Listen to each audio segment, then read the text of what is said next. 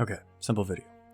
I just wanted to go over this quickly because I mentioned it in the last video, but this will just be a quick overview over my blacksmithing rules for D&D. A link to the full rules will be in the description, but this is just going to be a real quick overview of those. Before we truly begin, I just want to say that these rules are pretty modular and should allow discussion between you and your players on what sort of different effects or bonuses that you want for whatever item you're crafting.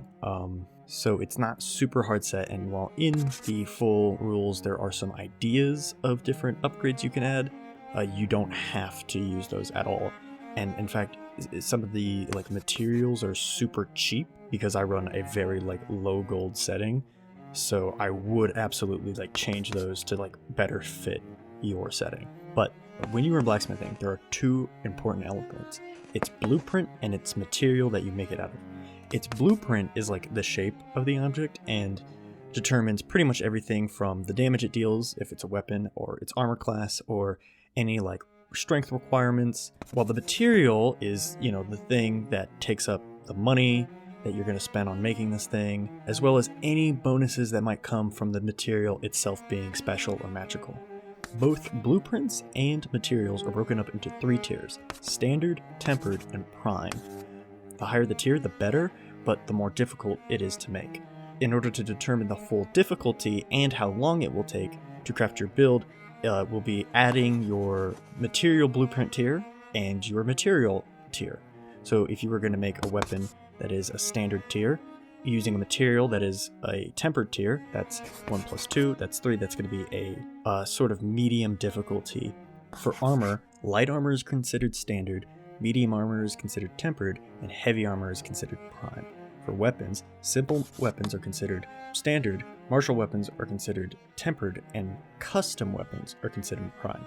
More on that later. The final thing you can make, aside from weapons and armors, are attachments. These are little upgrades that you can add to your weapons and armor, but you have to already have said weapons or armor. The material you use to make them should be the same material that is the weapon itself, so you can't use silver on an iron sword or gold on a silver shield. Each one will have its own tier and its own effect that you can determine. And I forgot to mention that the amount of material you'll need is based off the item's weight. So full plate takes 65 pounds of whatever material you're using. Again, the ideas in the full link to the rules are just optional and are bounced around my game, so I would recommend you changing them to fit your game. This is where you and your players can discuss about what special bonuses or abilities or actions that you would like to take with your weapons, and specifically anything that isn't in the PHB, I would consider a custom weapon. If you wanted to just craft one thing but already give it an extra bonus without adding any attachments, that's considered a custom weapon, and thus that's that tier high. But if you wanted to just craft a short sword and then add an attachment to it, that would be 2 separate builds. I think that's all. Thanks.